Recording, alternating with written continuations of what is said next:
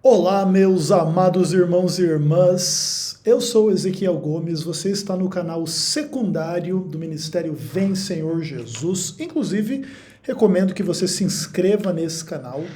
E hoje eu vou fazer um react de um sermão do pastor Rodrigo Silva sobre a doutrina de Cristo, tá? Eu tô com vontade de fazer um conteúdo lá pro meu canal principal sobre a questão de Jesus ser anjo, não, pai, etc. Tem umas discussões interessantes sobre isso.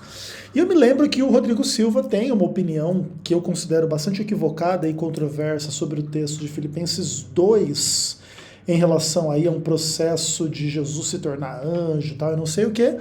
Eu vou ver esse sermão na esperança que ele comente sobre esse assunto e vou anotando aqui, estudando algumas coisas para preparar o meu conteúdo lá para o meu canal principal. Enquanto eu estudo, eu produzo conteúdo aqui para o canal secundário também, tá bom? Então vamos lá, um abraço. Boa noite.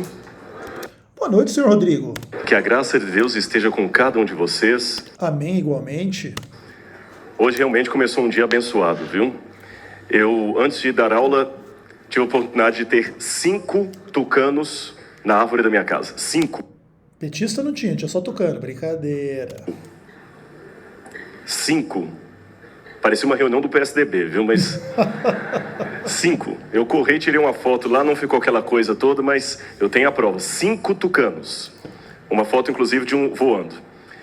E eu pensei, puxa, apesar de milênios de pecado, nós ainda podemos ver a maravilha do poder de Deus. E eu agradeço aqui ao professor Getro e ao Oficina Vocalis. Isso aqui não é nenhuma homenagem a eles, embora eles mereçam, mas mereçam uma homenagem melhor do que eu vi com o uniforme deles, viu? Mas quando eles iam cantar, eu quase perguntei para ele, vocês vão cantar alguma coisa em latim? E acabei não perguntando, mas coincidentemente ou providencialmente, foi essa bela canção que eu cantei quando eu era juvenil. Tá, eu vou passar um pouco à frente aqui, que essas introduções são desnecessárias, né? Uma versão dela, um culto aqui da Igreja do NASP, que o poder de Deus esteja com você, onde quer que você esteja neste momento. Amém. Que você possa sentir realmente a presença do Espírito Santo em sua vida.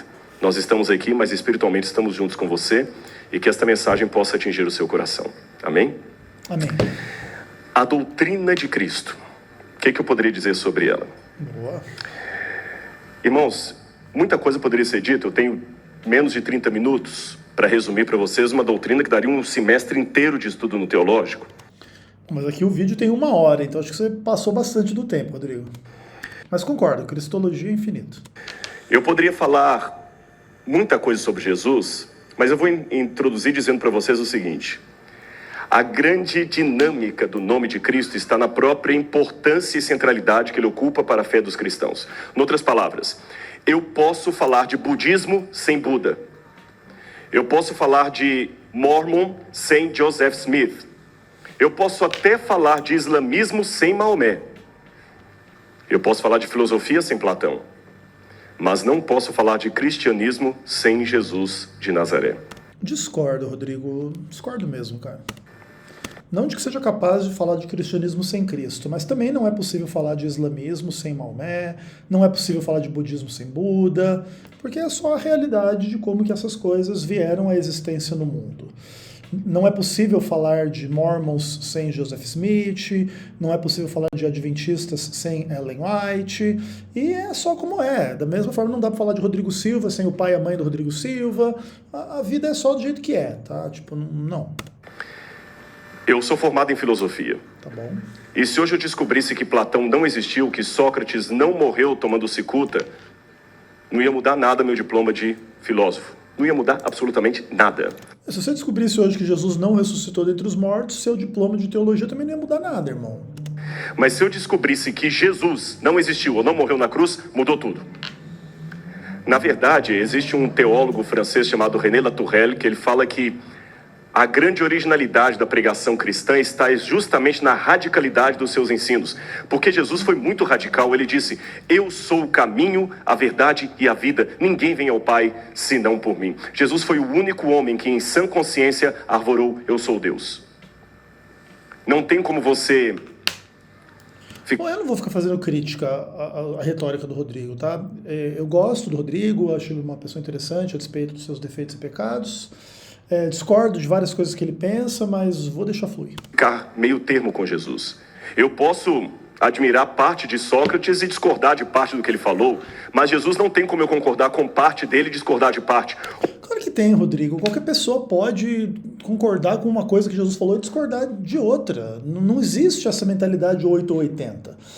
As pessoas não são obrigadas a serem cristãs, por exemplo. Muitos ateus podem concordar com algumas coisas que se atribuem ao ensino de Jesus e discordar de outras. Tipo, é só bobo pensar de outra forma, entendeu? O religioso cristão, ele tem a sua visão a respeito de Jesus, e sim, não é possível ter uma visão religiosa de Jesus e discordar do que Jesus ensina. Aí, nesse caso, é um pouco mais 8 ou 80. Mas há pessoas que não têm uma visão religiosa de Cristo e concordam com algumas coisas, discordam de outras, tipo... Enfim, mas eu falei que eu ia não ficar comentando, né? Ou Jesus era um santo ou era um louco. Ou ele era realmente o que ele afirmou ser, ou foi a pior fraude de todos os tempos. E eu confesso para vocês no início desse sermão uma coisa da teologia. Quando eu comecei a faculdade de teologia e li tantos livros, eu aprendi na teologia que Deus é onisciente. Eu nunca entendi isso. Como é que alguém pode saber tudo? Deus pensa. Deus raciocina? Você acha que Deus raciocina? Deus não raciocina, Deus sabe. Ele nem raciocina. Será que existe um espaço que caiba a Deus? Onde ele começa, onde ele termina? Como é que é o sentimento de Deus? Eu não entendi. Disseram que Deus era onipotente, continuei sem entender. Disseram que Deus é eterno, continuei sem entender. Disseram que Deus é uma trindade, continuei sem entender. Aí disseram que Deus se fez carne e habitou entre nós. Aí eu comecei a entender. Esta é a doutrina de Cristo. Eu quero mostrar para vocês um próximo slide aqui. Essa cena ilustra uma parábola muito antiga, contada por muita gente, especialmente por ateus. É a parábola dos cegos e o elefante. Alguns dizem que eram 5 cegos, outros falam que eram 3. E os cegos estavam apalpando um elefante e tentando descrever como era o elefante. Só que cada um pegava uma parte diferente do elefante. Um pegava a tromba e pensava, esse animal aqui é uma gigantesca cobra. O outro pegava as patas do elefante e abraçava e falava, não, esse animal aqui é uma poderosa coluna. O outro pegava na barriga do elefante e falava, não, esse animal é um teto muito poderoso, um firmamento tremendo. Outro pegava na cauda do elefante e falava, não, é uma cobra, mas não tão forte assim. Cada um dava uma descrição.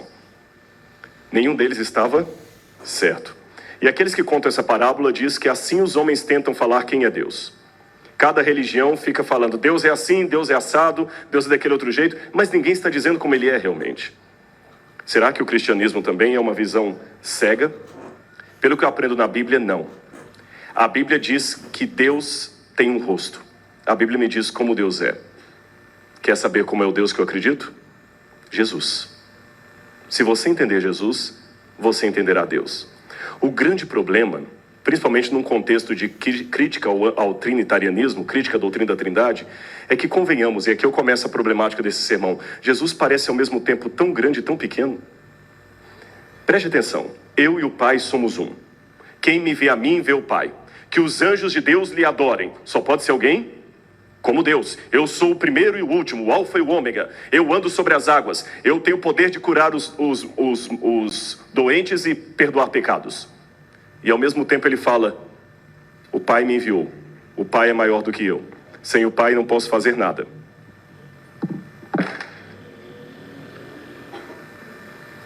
Vamos ao milagre. Vamos voltar o microfone e aviso, viu?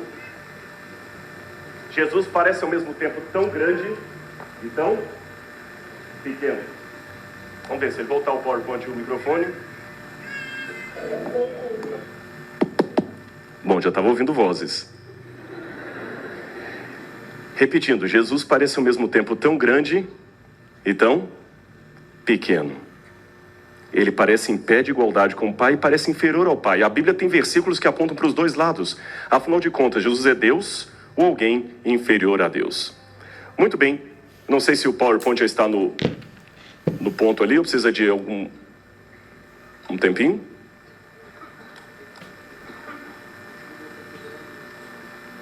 Mas ele precisa reiniciar, né? Não tem problema. Enquanto ele reinicia o computador, abra uma Bíblia comigo, por favor, no Evangelho de João, capítulo 1, versículo 1. Evangelho de João, capítulo 1, versículo 1. A primeira verdade que eu aprendo sobre Jesus na Bíblia é que ela diz que ele era Deus. Jesus era Deus. No princípio era o Verbo. E o Verbo estava com Deus. E o Verbo era Deus. A Bíblia diz que ele era Deus. Não há dificuldade disso, não há mistério. Jesus Cristo era Deus, em plenitude, em pé de igualdade com o Pai. Não temos a menor dúvida sobre isso. Aliás, a Bíblia fala que todas as coisas foram feitas por intermédio dele. Sem ele, nada do que foi feito se fez. A vida estava nele, a vida era a luz dos homens. No verso 14, diz que o Verbo se fez carne e habitou entre nós. E vimos a sua glória, glória como do unigênito do Pai, o único do Pai. E o verso 18, ninguém jamais viu a Deus. O Deus unigênito que está no seio do Pai é quem o revelou. Existe uma parábola contada por Philip Yancey que eu gostaria de descrevê-la para vocês. Ela imagina um aquário. Pense um pouco no aquário. Philip Yancey imagina um homem que tem um aquário enorme, e ele cuida daquele aquário, e esse aquário é de água salgada. Você sabe que peixes de água do mar, eles são mais delicados, você tem que ter o pH da água muito bem estabelecido, o nível da água, a salinidade, tudo muito bem definido. Mas Philip Yancey contava que o dono daquele aquário era frustrado, porque todas as vezes que ele chegava perto do aquário para cuidar dos peixes, os peixes fugiam. Ele ia trocar a água, era um desespero, os peixes fugiam. E ele falava do lado de cá, peixes, eu amo vocês, calma, não tenho medo. Mas os peixes fugiam. E aquele homem se viu numa problemática. Como eu posso dizer para os meus peixes o quanto eu os amo? Não tem como. Eles têm medo de mim. Só há uma maneira. Se eu me tornar um peixe. E se eu me tornar um peixe, quem dera ser um peixe para em límpido aquário mergulhar, fazer borbulhas de amor, não sei das quantas, né? Assim diz Fagner. eu vou estar no meio deles, eles não vão mais fugir de mim, mas podem também me rejeitar. Isso que a Bíblia fala que aconteceu com Cristo. Ele era um com Deus, em plenitude de Deus, mas ele se fez carne e fez um de nós. Muito bem, deixe-me perguntar só se tem chance de voltar ainda. Então, isso, muito obrigado. O grande problema, antes de falar da revelação, é que nós precisamos de um Deus contraditório. Vocês já notaram isso? Eu vou explicar o que eu quero dizer. Isso aqui vale para quem não é religioso e está me assistindo nessa noite. Você precisa de um Deus contraditório, mesmo você que é ateu. O ateu crê que Deus não existe, mas no coração dele ele gostaria que Deus existisse. Eu não conheço nenhum ateu em sã consciência que não gostaria que a vida eterna fosse uma realidade. Quem quer morrer? Quem não deseja uma felicidade eterna?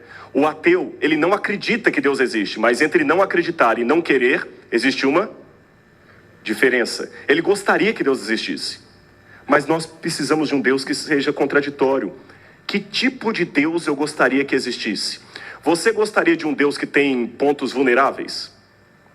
O que você acha? Você acha que um Deus fraco pode te dar garantia que o mal não se levantará 2 vezes no universo? Quero a resposta. O que vocês acham? Mas vamos supor que Deus é 98% potente, mas tem 2% de capacidade de ser destruído. Esse Deus é o suficiente para lhe dar a garantia eterna? O Deus que você quer não pode ter ponto vulnerável. Ele nunca pode duelar com sua vontade. Esse Deus nunca pode sofrer, nunca pode chorar, nunca pode sentir, nunca pode precisar de nada. É esse o Deus que vocês precisam ou não? Sim ou não? Mas por outro lado, você não precisa de um Deus fraco? Como é que você pode ousar fazer uma oração para um Deus que não muda? Como é que você ousa pedir para ele destruir, para ele evitar destruir alguém que ele já decidiu destruir, se ele não muda? Se Deus é tudo isso, como é que eu oro? Para que orar? Ele já sabe tudo. Surpreenda sua mãe. Ah não, mano, pra que monetizar as coisas no meio das mensagens, cara? Inclusive, né, isso aí é um alerta, né? No meu canal principal que é monetizado, eu nunca coloco anúncio no meio das coisas, quebra o raciocínio, pelo amor de Deus, cara. Você já tentou ser consolado por alguém que nunca sofreu? Já tentou? É uma piada, não é? Alguém que nunca... Quem é a melhor pessoa para consolar você quando você está sofrendo? Alguém que passou por algo semelhante. Você perdeu um ente querido, chega o outro que perdeu, não sei, eu sei o que você está passando. Ele põe a mão no seu ombro e não precisa falar nada. Se eu for uma mãe que o filho morreu num acidente de carro, chega uma outra mãe que perdeu um filho de acidente de carro e coloca a mão no ombro daquela ali, não precisa falar mais nada. Agora, alguém que nunca sofreu. Você já pensou alguém como o filho do Ike Batista, tentando confortar um mendigo porque não tem o pão para comer? Eu pergunto a vocês, como um Deus todo-poderoso poderia confortar você? Como é que você pode orar e mudar a mente de um Deus que não muda? Ué, como que um Deus todo-poderoso pode confortar? Porque sendo poderoso, pode fazer todas as coisas, dentre elas pode confortar, né? Você não precisa de um Deus também... Até porque senão teria que ser não todo-poderoso para poder confortar, né? Também não é o caso. fraco? Mas eu não vou ser babaca com o Rodrigo, ele só tá levantando dilemas, né? Porque realmente Deus é uma pessoa complexa e tudo bem, ok. Você não precisa, às vezes, de um Deus que fala assim, filho, eu também estou com medo, mas vamos juntos? Você não precisa de um Deus que você pode dialogar com ele e convencê-lo a mudar de atitude? Não, mas aí é complicado, Rodrigo, porque tipo... Ah, você precisa de um Deus que... Eu também tô com medo, vamos junto. Não, esse tipo de coisa não cabe em Deus, entendeu?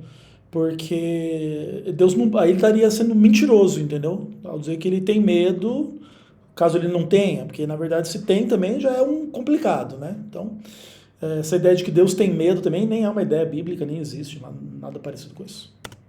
Precisa ou não precisa? Você não precisa de um Deus humano?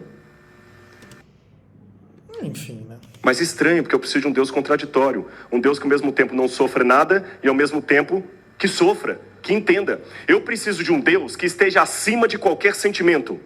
E ao mesmo tempo um Deus que se emociona ao ouvir uma música dessa. Mas como é que Deus pode se ouvir emocionar com uma música dessa, professor Jetro? Ele é todo poderoso.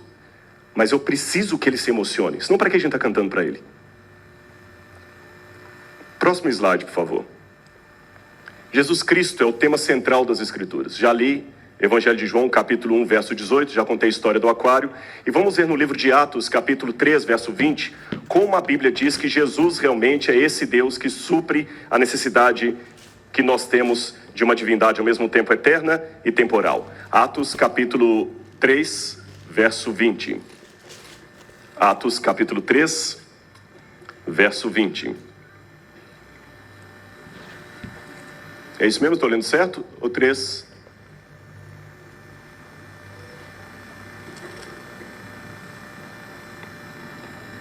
Verso 20 e 21. A fim de que na presença do Senhor venham tempos de refrigério, foi a pregação de Pedro, e envie ele o Cristo, que já foi vos designado Jesus, o qual é necessário que do céu receba até os tempos da restauração de todas as coisas, de que Deus falou por boca de seus santos profetas desde a antiguidade. Pedro deixou bem claro, olha, quer entender o Antigo Testamento? Tudo aquilo anunciava a respeito do Messias, e esse Messias é Jesus. É isso que Pedro está falando. Vamos comparar com Atos capítulo 10, verso 43. Vamos ler vários textos aqui. Atos capítulo 10, verso 43. Dele, todos os profetas dão testemunho de que, por meio do seu nome, aquele que nele crê recebe a remissão de pecados. Estas passagens da Bíblia me mostram que o centro do Antigo Testamento era a pessoa do Messias, no caso, a pessoa de Jesus. Vamos ler mais um texto, Evangelho de João, capítulo 5, verso 39. Esse a gente pode até citar de cor. Evangelho de João, capítulo 5, verso 39. Conhecidíssimo esse texto. Examinais as Escrituras, porque julgais ter nelas a vida eterna, e são elas mesmas que testificam de mim. Comparado a esse texto, eu posso citar aquele de Lucas que está lá, onde Jesus encontrou com 2 discípulos no caminho de Emaús, e diz o Evangelho de Lucas que ele decorreu com eles a respeito de tudo o que no Antigo Testamento estava escrito sobre o Messias. Ou seja, esses versos da Bíblia me mostram que o centro do Antigo Testamento era Cristo. Mais um texto para confirmar isto, 1 Coríntios capítulo 2, verso 2. 1 Coríntios capítulo 2, verso 2. Porque decidi, diz Paulo, nada saber entre vós, senão Jesus Cristo e esse crucificado. Primeira coisa que nós aprendemos da doutrina de Cristo. O centro da Bíblia, o centro do Antigo Testamento era Jesus. Agora tem uma coisa curiosa. Pode passar o próximo? Jesus existia antes de vir ao mundo? Eu sei que algumas perguntas que eu estou falando aqui podem ser óbvias, mas é importante a gente estudar isso na igreja, viu? Hoje aqui eu não estou preocupado em apresentar um sermão, mas um estudo da Bíblia. Jesus Cristo existia antes de vir ao mundo? Ele existia. Eu posso perceber se antes do nascimento ele já existia? Ele trocou lá a fonte para facilitar. Obrigado. Miqueias, capítulo 9, verso 2. 5:2. Obrigado. Vocês já estão notando que a idade chegou, né? Jonas, Miqueias, Naum, Abacuque. Olha o que diz aqui uma profecia sobre Cristo. E tu, Belém Eufrata, pequena demais para figurar como grupo de milhares de Judá, de ti sairá o que há de reinar em Israel, e cujas origens são desde os tempos antigos, desde os dias da eternidade. Então eu já aprendo pela Bíblia que Jesus existia desde os tempos antigos. Se você abrir a Bíblia também em Isaías, vai perceber que Isaías também chama Jesus de Pai da eternidade. Então esses textos me ensinam já 2 coisas. Primeiro, que ele era Deus e que ele existia antes de nascer. Mais um texto, Hebreus capítulo 1, versos 5 e... Existia antes de nascer como homem, né? Isso quer dizer. 6. Hebreus, capítulo 1, versos 5 e 6. Pois a qual dos anjos jamais disse, tu és meu filho e hoje te gerei. Eu lhe serei pai e ele será meu filho. E novamente, ao introduzir o primogênito no mundo, e todos os anjos de Deus o adorem. Então Jesus, quando nasceu no mundo, Jesus não nasceu como nós nascemos, ele foi introduzido no mundo, Jesus foi enviado. Se ele foi enviado ao mundo, é que Jesus existia antes de nascer, desde a eternidade. Primeira coisa que eu aprendo então, recapitulando. Jesus é Deus, Jesus já existia antes de nascer. Vamos ver mais alguns textos que falam que ele era Deus, próximo slide. Antes de mostrar, eu esqueci de mencionar isso aí. Estão vendo essa folha de papel toda amassada? Mostra mais uma foto. Estes são importantes manuscritos do judaísmo, datados de 100 a.C. É o chamado Salmo de Ação de Graças, foram encontrados lá no Mar Morto. Por que eu trouxe esse texto para vocês? Porque alguns podem falar assim, tá, mas você está falando que Jesus era Deus, que Jesus era um... Os judeus não acreditam nisso. Será que não? Naquele tempo em que Jesus veio ao mundo, os próprios judeus já esperavam um Messias que seria ao mesmo tempo grande e pequeno, infinito e finito, histórico e temporal, e eterno, Deus e homem. Esse manuscrito que está todo rasgado aí, ele traz um salmo que diz assim, próximo slide. Quem tem sido desprezado como eu? E quem... Se não eu, deixe-me ler aqui para ficar mais fácil. Quem tem sido desprezado como eu?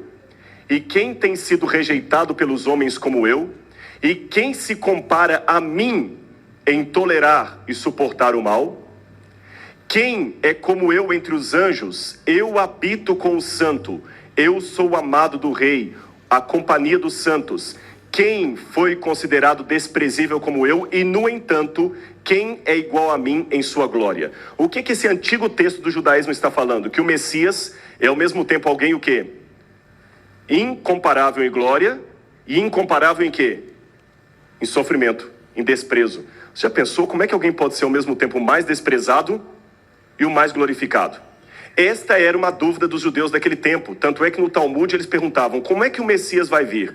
Em glória e majestade, como anunciou Daniel, ou montado humildemente num jumentinho, como anunciou Zacarias? O Messias parece ao mesmo tempo alguém grandioso e desprezado, divino e humano.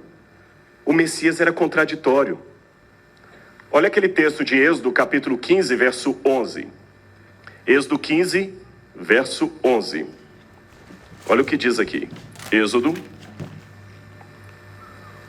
capítulo 15, verso 11. Eu que coloquei aquele texto ali. Ó Senhor, quem é como tu entre os deuses? Aqui no original está a palavra Elim, entre os deuses. Quem é como tu, glorificado em santidade, terrível em feitos gloriosos e que operas maravilhas? Engraçado, o Bíblia fala: Senhor, quem como tu? Quem é como tu entre os deuses? Ali no texto é: quem é como o Messias? O Messias é divino. Só que ele complementa: ao mesmo tempo que ele é assim, ele é desprezado. Isaías 53. Ele foi traspassado e humilhado e desprezado. Próximo slide. Jesus então se fez homem. Sim, Evangelho de João, capítulo 1, verso 1 nós já lemos, e o verso 14. E o verbo se fez carne e habitou entre nós. Deixa eu contar isso aqui para vocês. Presta atenção em mim. Vocês se lembram que no Antigo Testamento o povo de Israel estava no deserto, não é isso? Aonde Deus falou a primeira vez para o povo, vocês se lembram? Primeiro ele falou para Moisés, na fornalha ardente. Depois com o povo mesmo, que o povo viu a manifestação da sarça ardente, né? A voz de Deus foi aonde? Pois é, e o local? Monte Sinai. Você consegue imaginar a cena de Deus falando? Eu sou o Senhor teu Deus. Imagina o povo lá embaixo morrendo de medo. Alguém imagina que Deus olhou o povo lá do alto do monte e o povo estava acampado em várias barracas. Aí Deus chamou Moisés e falou assim: Moisés, sim, Senhor, eu não quero ficar aqui no monte. Senhor, mas o Senhor é glorioso, mas eu estou muito longe do meu povo. Moisés, faz um favor para mim. Faz uma barraca para mim. E eu vou morar lá no meio deles. Aí a Bíblia fala assim: e me farão um santuário. Para quê mesmo? Para que eu possa habitar no meio deles. Aí Moisés fez o tabernáculo, que era uma barraca. E Deus saiu do monte e começou a habitar aonde? No meio do povo. Olha que lindo, é como se Deus falasse assim: gente, arruma a barraca, os bravadores amanhã, não é? Arruma a barraca para mim, vou ficar no meio de vocês. O tempo passou e no Novo Testamento a mesma coisa repete. Diz assim: e o verbo se fez carne e o que mesmo? Habitou no meio de nós. Esse verbo no grego é: ele fez uma barraca no meio de nós, um santuário. Por isso que o verbo se fez carne e habitou no meio de nós. E qual que era agora a barraca que ele usou? O próprio corpo. Agora, como é que Jesus se fez carne e habitou no meio de nós? O que vocês acham? Será que Jesus era uma criança superdotada? Gálatas capítulo 4, verso 4. Aliás, primeiro vamos ler Hebreus 10, verso 5. Hebreus capítulo 10, verso 5. Por isso, ao entrar no mundo diz: sacrifício e oferta não quiseste, antes um corpo. Completem. Corpo me formaste. Então Jesus recebeu um corpo. Gálatas 4, verso 4 complementa isso. Gálatas capítulo 4, verso 4. Pois vindo a plenitude do tempo, Deus enviou seu filho, nascido de mulher, nascido sob a lei. E Mateus 1,18 diz também que ele nasceu da Virgem Maria. Pergunto a vocês: quando Jesus se tornou homem, como vocês acham que ele se tornou homem? 80%? 50%? 100% homem? Será que Jesus nasceu sabendo que ele era Deus? Quantos tiveram prova essa semana? Difícil? Quantos a prova foi difícil? Deixa eu saber, quantos a prova foi difícil? Ótimo. Se Jesus fizesse a prova que você fez, ele poderia não tirar 10? Ele poderia errar uma questão de matemática ou grego? O que vocês acham? Jesus poderia errar ou não? Será que Jesus também podia ter dor de cabeça? Será que se Jesus cantasse, ele podia semitonar? Será que Jesus passaria para ser cantor da oficina Vocalis? Será que Jesus ganharia 10 no doutorado? Será que Jesus tiraria 10 em tudo? Será que tudo que Jesus fazia ele ia ser nota 10? Será que se ele fosse lutar jiu-jitsu ele seria o melhor? Se ele fosse jogar bola seria o melhor? Se ele fosse escrever um livro ele seria o best-seller? Será que seria assim? Os pedagogos dizem que há inteligências múltiplas, não é isso? Não são as inteligências múltiplas? Alguém que é muito bom às vezes para falar, não é tão bom para matemática. Às vezes uma pessoa que é ótima para fazer conta de matemática, não é tão bom para pintar um quadro. Deixa eu fazer uma pergunta para vocês. O tempo está um pouquinho avançado. Se a gente levar até 9h15, 9h20, tudo bem para o auditório? É porque esse assunto é muito importante. Se eu cortar aqui, fica pela metade. E o principal está por vir. Tudo bem? 9h15, 9h20. Há visitas aqui. Eu tenho medo daqueles pregadores que chegam assim. Eu acho que eu já contei isso uma vez, né? Imagina, não sei se tem alguém visitando a igreja pela primeira vez. Mas aí vem aquele... Tem alguém aqui primeira vez que está visitando a igreja adventista? Não. Tem aqui, já veio aqui, ó. Imagine se vocês vêm aqui e o pregador começa assim: 120 razões porque sou um cristão. E quando o relógio dá 10h40, ele está na razão número 5, quer dizer... Então deve ir pelo menos até 9h20 aí. Eu estava fazendo perguntas para vocês. Nas inteligências múltiplas, será que Jesus seria 100% em tudo? Ou será que Jesus teria dificuldade em alguma coisa? Talvez Jesus seria um excelente cantor, mas teria dificuldade talvez para dirigir um carro. De repente ele tiraria 10 comigo em grego, mas talvez não tiraria 10 em homilética. De repente ele conseguiria dirigir muito bem, mas não seria muito bom nos esportes. Nós às vezes temos uma ideia de Jesus de algo que ele não foi. Um Jesus que tudo o que ele fazia...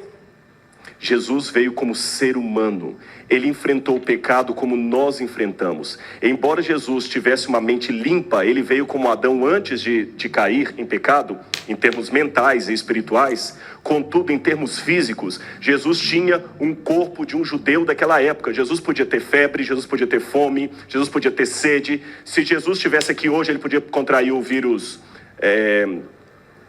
ômega 1. Ômega 1 não, H. Que bom. Eu ia falar que foi só uma maneira de testar se vocês estavam prestando atenção, mas ia ser mentira. Vamos ver isso na Bíblia para não ficar só no achismo? Próximo slide. Vamos ver aqui. Por exemplo, até que ponto ele foi humano? Olha o que diz Lucas, capítulo 2, verso 40. Lucas, capítulo 2, verso 40. Lucas 2, 40. Crescia o menino e se fortalecia, enchendo-se de sabedoria e graça, e a graça de Deus estava sobre ele. Crescia, em outras palavras, Jesus passou por todas as fases. Jesus talvez teve espinha, Jesus teve dente de leite, o dente de leite de Jesus caiu, Jesus cresceu, teve as fases normais de um adolescente, tudo que o ser humano normal tem. Não vou dar exemplos. Jesus teve. É a Bíblia que diz, ele crescia. Jesus nasceu grande. Tudo bem, a Bíblia diz que ele crescia, mas não diz que ele passou por todas as fases normais de um adolescente, não, tá? Brincadeira, Rodrigo, não vou ficar... Interessante, como é que um Deus perfeito pode crescer? Estão percebendo a contradição? Crescia em sabedoria. Como é que Jesus pode aprofundar no conhecimento se ele é onisciente? Mas ele aprendeu. Ele aprendeu. Ele teve que aprender que ele era o Filho de Deus. Querem outro texto? Vamos ver mais um de exemplo ali. Mateus capítulo 8, verso 24. Mateus capítulo 8, verso 24. E eis que sobreveio no mar uma grande tempestade, de sorte que o barco era varrido pelas ondas.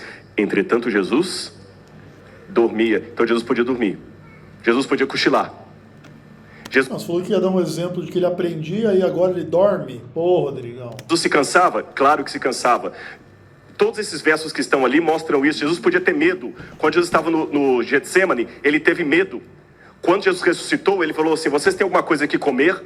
Ele teve sede. Na cruz ele falou, tenho sede. Para a mulher samaritana, ele falou, dá-me um pouco d'água.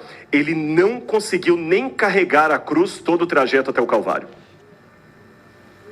Apesar de ser todo-poderoso, ele assumiu a natureza humana. Assumiu mesmo. Por quê? Satanás havia acusado Deus no universo de dar leis acima daquilo que a humanidade podia cumprir. Quando ele fala humanidade, ele estava se referindo a Adão e Eva. Base bíblica zero, hein, Rodrigão? Pô, cara, aí você acaba comigo. Adão caiu por culpa de Deus. Jesus veio então como Adão para provar que ele poderia ser fiel a Deus, que Deus não era injusto. Se Jesus lutasse com o diabo usando os poderes de Deus, aqui que veio a máxima, preste atenção nisso. Nunca mais esqueça o que eu vou dizer. Se Jesus lutasse contra o mal usando os poderes de Deus, nem teria luta. Vocês estão rindo, mas é verdade. Teria luta. Uma pulga consegue lutar com um elefante? Se Jesus lutasse contra o mal usando os poderes de Deus, nem teria grande conflito. Mas se a Bíblia me fala, pelejou o dragão e seus anjos, e Miguel e seus anjos, então houve peleja. Se houve peleja, é porque Jesus não pelejou com todo o poder de Deus. Senão nem teria luta. Ok. Eu fiz um vídeo esses dias lá no meu canal sobre o grande conflito, né? E aí o Samuel lá tava falando umas heresias bem parecidas aí com as do Rodrigo, né? Brincadeira. Esse tipo de implicação já começa a ficar um pouco mais complicado, entendeu? Tipo assim, por exemplo, houve batalha no céu, Miguel e seus anjos lutaram contra o dragão e seus anjos. Aí o Rodrigo infere que o arcanjo Miguel, que no caso seria Cristo, que seria Deus, ele não lutou com o poder de Deus, senão nem teria luta. Não, essa não é uma correta inferência. Inclusive o fato de Miguel e seus anjos terem vencido a luta e expulsado Satanás e seus anjos, o diabo, etc., demonstra que, sim, houve um poder usado em que um subjugou o outro. Então, o poder de Deus foi maior do que o poder do diabo. Aí, claro, você pode extrapolar que, por exemplo, Deus poderia ter aniquilado Satanás imediatamente num XYZ contexto ali e não o fez. Então, Deus não usou o seu pleno poder. Ok, isso até é possível ser dito, e aí deve se explicar ou tentar se entender um pouco quais seriam os motivos de Deus de agir desta forma e não daquela forma. Mas não é uma inferência muito simples essa, assim, sabe? Começa a ficar um pouco complicado em alguns aspectos, até porque também essas coisas não têm fundamento em Bíblia, em lugar nenhum, tá? Por exemplo, de que o Miguel não lutou com todo o poder divino e aí ganhou a batalha, mas não aniquilou, porque se tivesse usado o poder de Deus teria aniquilado, ou algo do tipo. Todas essas explicações são explicações humanas, inferências humanas, que não necessariamente estão corretas e etc. E o ponto aqui não é tipo pegar no pé do Rodrigo, tá? Mas é demonstrar que quando a gente vai, inclusive, ver um sermão na igreja ou em qualquer lugar, etc., a gente tem que entender que esse tipo de explicação não necessariamente é verdade, nem correta, nem nada do tipo, tá?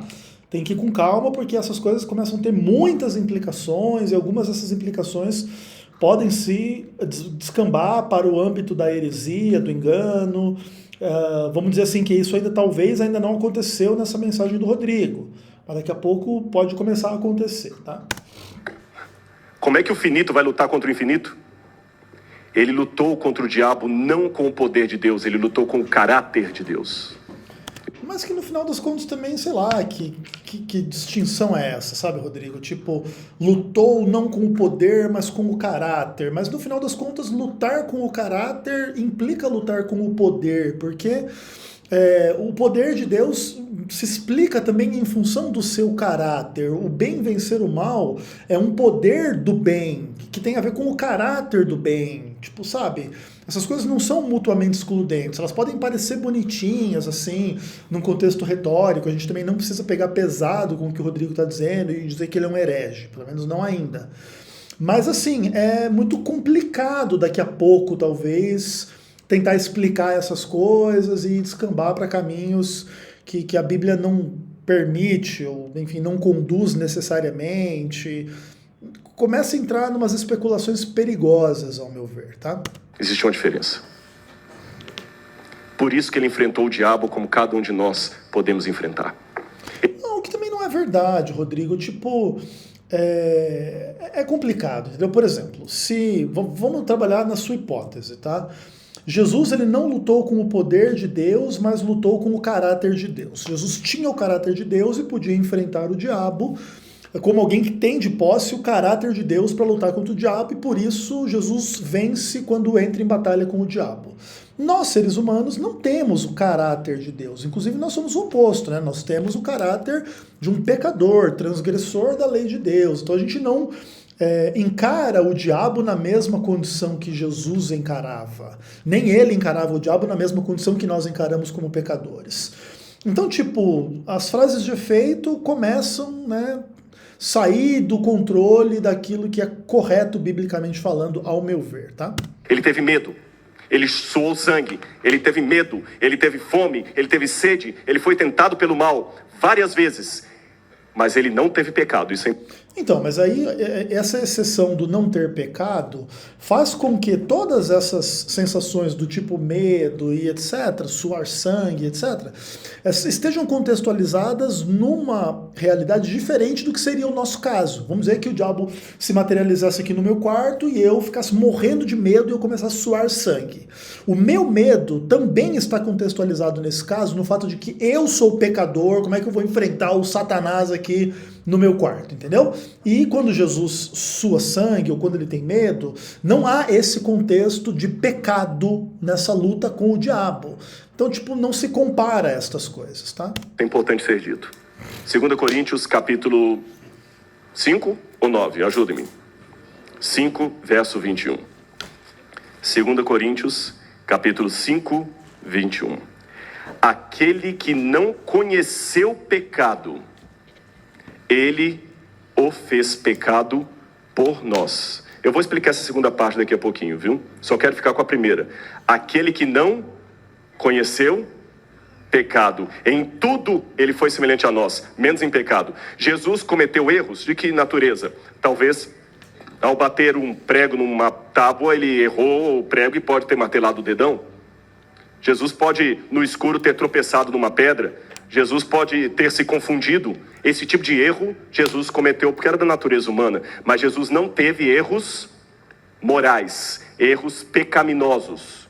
Ele em nenhum instante foi pecador. Em nenhum instante. Agora, próximo slide. Ele era Deus? Já falamos sobre isso. Próximo. Onde começa a obra de Cristo e aonde... qual é a obra de Cristo e onde ela começa? Bom, aqui talvez comece a heresia, né, Rodrigão? Eu não sei, eu não tenho certeza do que ele vai falar nesse sermão aí, mas eu me lembro de ver o Rodrigo falando um pouco sobre Filipenses 2, versos 5 a 7, especialmente com o papo de Jesus se tornar anjo e etc, e etc, e etc. E se for esse o caso aí, eu acredito que possa haver bastante problemas com o que o Rodrigo propõe, tá? Mas vamos lá. Né, vamos ter paciência também, assim, não vamos ter má vontade de ouvir o que ele tem para dizer,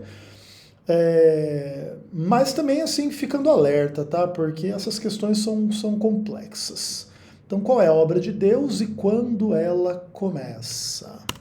Eu quero ensinar uma palavrinha-chave para você aqui, uma palavra grega, a palavra kenosis. Kenosis. Sabe o que é kenosis em grego? Esvaziamento. Esvaziamento. Tornar-se nulo. Imagine um saco cheio de farinha ou areia que você começa a...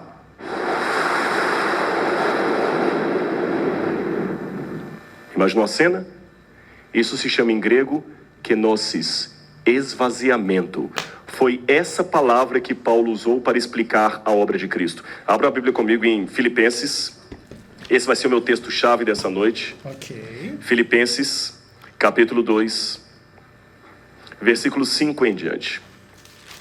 Tende em vós o mesmo sentimento que houve também em Cristo Jesus. Pois ele, subsistindo em forma de Deus, não julgou como usurpação o ser igual a Deus.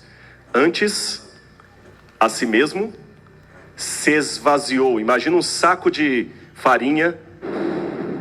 Paulo usa essa figura de linguagem para dizer que Cristo se esvaziou da sua divindade, assumindo a forma de servo. Tornou-se em semelhança de homem, reconhecido em figura humana. Sim, a si mesmo se humilhou, tornando-se obediente até a morte e morte de cruz. Próximo slide. Qual é a sua obra então? Quando é que começa esse esvaziamento de Deus? Muitas vezes alguns teólogos pensam que o esvaziamento de Jesus começou quando ele se encarnou. Ali ele se esvaziou mesmo e se tornou um de nós. Eu tenho uma opinião um pouquinho diferente. A gente sabe. Que também é compartilhada por outros teólogos, é claro. Provérbios capítulo 8, especialmente o verso 22, tem um texto que muitos antitrinitarianos pegam contra Cristo. Aqui fala de Cristo como sendo a sabedoria de Deus. E Provérbios 8, 22 fala assim: o Senhor me possuía no início de sua obra, antes das obras mais antigas. Desde a eternidade foi estabelecida. Está falando de Cristo. Desde o princípio, antes do começo da terra, antes de haver abismos eu nasci, e antes ainda de haver fontes carregadas d'água, antes dos montes serem firmados, antes de haver os outeiros eu nasci. Na verdade, esse eu nasci aqui, eu fui gerado, não significa que a sabedoria nasceu num tempo. Não. O que significa que eu não vou ter tempo para explicar tudo para vocês, é que a sabedoria de Deus assumiu uma função a partir de um determinado ponto da eternidade. Mas olha o verso 30. Então eu estava com ele e era o seu arquiteto. Ou seja, Deus falava, a sabedoria obedecia. Tem um autor da Andrews, chamado Dr. Richard Davidson. Ele coloca uma posição que é a que eu concordo. Ele acredita que a kenosis de Cristo, aquele esvaziamento, com base nesse texto aqui de Provérbios, começou sabe quando? Não na encarnação, na criação. Por quê, pastor? Eu entendi que Jesus só precisou esvaziar por causa do nosso pecado. Não. Qual é o tamanho de Deus? 20 metros? 90 metros? Quem no universo, por mais perfeito que seja, pode conhecer a Deus em plenitude? Quem? Só o próprio Deus. Eu pergunto a vocês, como é que um Deus assim pode ser conhecido? Dr. Richard Davidson dá uma sugestão que para mim ela é plausível, vou mostrar para vocês na Bíblia. Só tem um jeito de Deus se revelar, sabem qual é? Se ele se esconder. Porque a glória dele é tão grandiosa, tão grandiosa, tão grandiosa, tão grandiosa, que o único jeito que Deus tem de ser conhecido é se ele esconder um pouco da glória dele. Cristo foi a pessoa da divindade que assumiu voluntariamente aquela limitação para tornar Deus mais compreensível. Quando eu digo Deus, eu digo a divindade. Por isso que Jesus parecia tão pequeno. Por isso que o Pai falava e ele obedecia. Ele assumiu num tempo a posição de arquiteto. Há evidências bíblicas disso? Claro. Evangelho de João, capítulo 1, verso 1, já lemos. No princípio era a palavra, e a palavra estava com Deus, e ela era Deus. Lógico, uma palavra mediadora. Outro exemplo, Gênesis capítulo 19, verso 13, fala de Cristo como o anjo do Senhor. Gênesis capítulo 19, verso 13, fala de Cristo como o anjo do Senhor. Quando Abraão vai sacrificar ao Isaac, olha, Jesus não tinha encarnado ainda, hein? Jesus não tinha encarnado ainda. Quando Abraão vai sacrificar Isaac, quem aparece e segura a mão de Abraão? E a Bíblia chama de quê? Anjo do Senhor. Mas o anjo do Senhor, quando pega a mão de Abraão, fala o quê? Abraão, para, porque agora eu sei que você não me negou o seu filho. Mas ele havia prometido dar o filho para o anjo ou para Deus? Para Deus. Então aquele anjo era um anjo qualquer? Era Deus em forma angélica. Ok. vamos só dar uma conferidinha no texto aqui, tá? Gênesis 19, ele falou verso 13. Vamos destruir esse lugar, a Sodoma e Gomorra aqui, pois o seu clamor tem aumentado, chegando até a presença do Senhor, e o Senhor nos enviou a destruí-lo. Acho que ele confundiu talvez aqui com o capítulo 18, verso 13. Não, também não é. Mas acho que... Olha, deve ter se confundido aí. Quando Jacó lutou Vamos lá, Deus em forma de anjo. até a madrugada com o estranho que deslocou a perna de Jacó, Jacó lutou com um anjo. Mas a Bíblia fala que Jacó mudou o seu nome para Israel. Tá, deixa eu anotar a partir de que momento que ele está começando a falar essas coisas aí, para depois, se eu for fazer um vídeo lá pro meu canal principal, eu já saber. Mais ou menos 38 minutos começa a treta. Ish, homem. Ra, luta. El, Deus. O homem que lutou contra Deus. Mas Jacó lutou contra Deus ou contra um anjo? O que vocês acham? Deus em forma angelical. Deus em forma angelical. Jesus apareceu várias vezes no Antigo Testamento já como um anjo. Mesmo no céu, ele era Miguel. Jesus como anjo, e aí começa o problema, né? Já no céu, Jesus anjo. Arcanjo. Arcanjo. Daniel o chama de o príncipe do exército do Senhor. Não é Daniel, é Josué isso aí, Rodrigo. Ele era Miguel. Por isso, irmãos, que Lúcifer, na briga dele, ele não cobiçou a posição do pai. Lúcifer cobiçou a posição de quem? Do filho. Tá, Rodrigo, primeiro, não existe base bíblica alguma para o que você está dizendo, tá? De que Lúcifer, o diabo, cobiçou a posição do filho e não do pai. Eu desconheço tal informação, tá? Sinceramente. Porque Lúcifer não entendia. Peraí, o pai, tudo bem, o pai é o pai, mas esse aqui é um como eu. Não, Rodrigo, não. Isso é, tipo assim, muito errado colocar as coisas nesses termos. Até porque você teria que oferecer fundamento. Você está lendo trocentos textos bíblicos para dizer que Jesus é Deus, que Jesus é homem, que ele cresceu em conhecimento, que não sei o que lá. Cadê o texto bíblico dizendo que Lúcifer cobiçou a posição do filho e não do pai? Que Lúcifer, não, com o pai eu tô tudo bem, mas com esse cara aqui ele é igual a mim, como assim? Não existe nada disso na Bíblia, isso é fantasia da sua cabeça, Rodrigo. Por que eu tenho que adorá-lo? Por que ele é chamado para criar e eu não? Então, nada disso existe na palavra de Deus, tá? É claro, obviamente que a gente não precisa dizer assim que a Bíblia é um livro exaustivo, né, em relação às revelações sobre Deus, ou sobre o diabo, ou sobre Jesus, ou sobre anjos, ou sobre qualquer coisa. Então, tudo bem, existe um espaço teórico para que exista um monte de coisa que a Bíblia não disse, e aí entre essas pode estar essas coisas aí. Mas o que o Rodrigo está pregando aí nesse caso não é Bíblia, e aí não é regra nem de fé, nem de doutrina, nem de prática dentro da Igreja Adventista do Sétimo Dia, tá? Só para deixar bem claro. Então, por exemplo, como se houvesse alguma coisa do tipo assim, o diabo está satisfeito na sua relação com Deus Pai, mas não com Deus Filho, questionando por que eu tenho que adorar esse filho e não só o Pai, ou algo do tipo. Nada disso existe, tá? Na fé bíblica. Até que o pai senta o filho no trono e explica para todos, olha, embora em forma angélica, esse aí não é um anjo qualquer. Então, também não existe base bíblica alguma para o pai colocar o filho no trono e explicar que apesar de ser um anjo, não é um anjo qualquer, tá? Tipo assim, nada disso existe, ok? Este aí é Deus já em forma angélica. E querem uma prova que Jesus é Miguel? Quando Jesus... Aqui também uma coisa não quer dizer outra, Rodrigo. Por exemplo, a ideia de que tanto o anjo do Senhor do Antigo Testamento quanto Miguel são uma espécie de cristofania não é uma ideia problemática, tá? Agora, isso não implica que essa narrativa que você está dizendo sobre o diabo e Jesus já ser um anjo lá no céu, e aí Satanás tem um problema não com o pai, mas com esse anjo que tipo, é igual ele, Satanás, ou algo do tipo, nada disso está implicado na ideia de Jesus ser Miguel, tá? Só para deixar claro.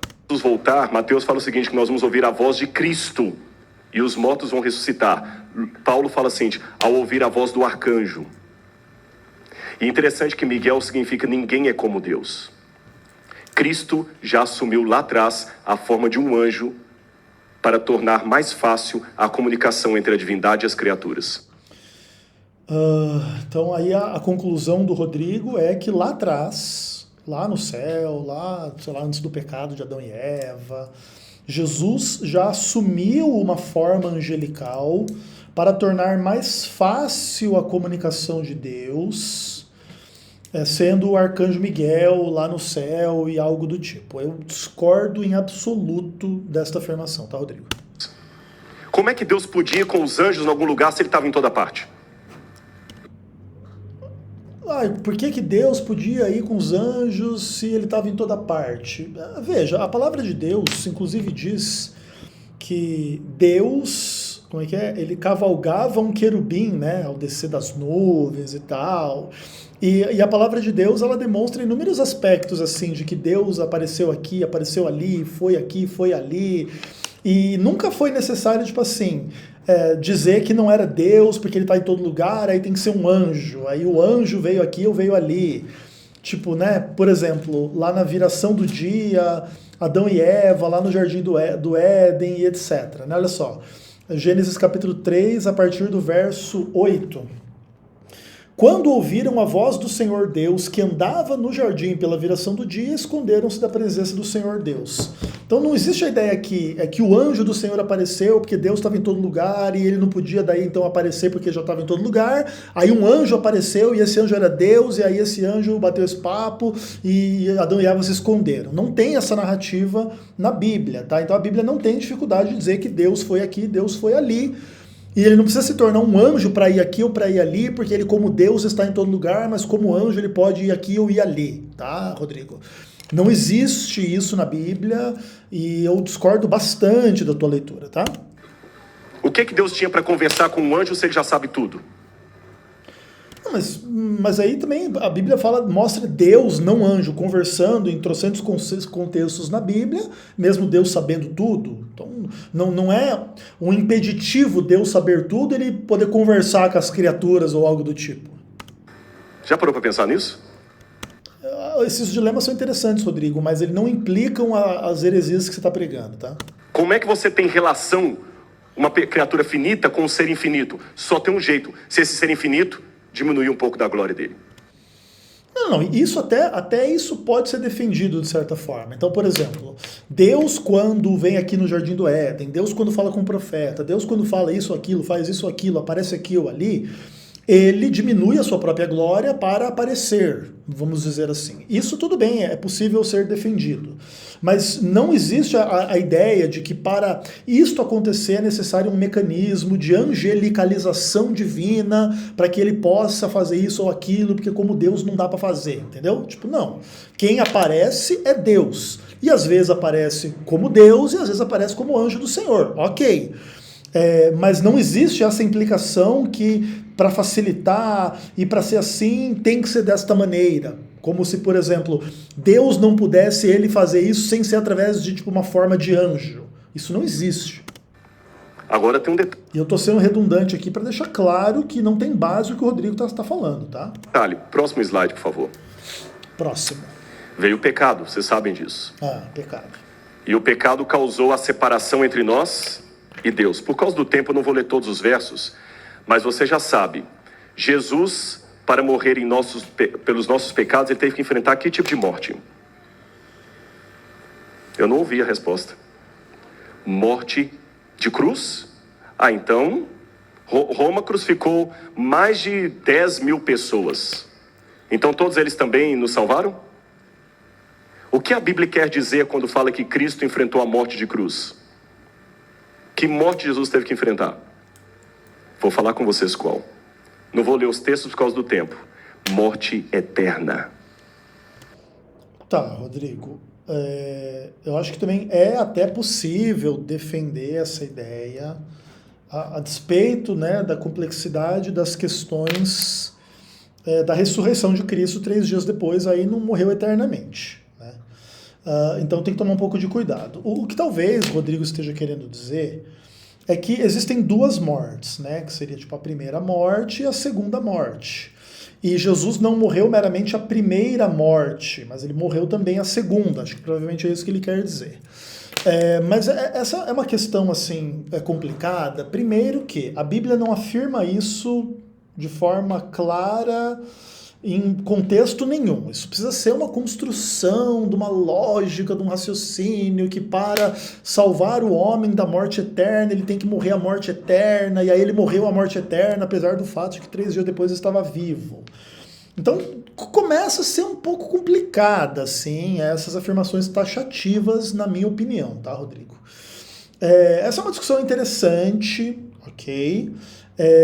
Mas também não acho que ela tenha nenhum embasamento para a ideia de que Deus passou por uma angelicalização de Jesus em Miguel antes da encarnação de Jesus em Cristo, ou de Deus em Cristo, e porque a morte é eterna, porque não sei o que lá. Acho que já virou uma salada, um samba do crioulo doido, viu, Rodrigo?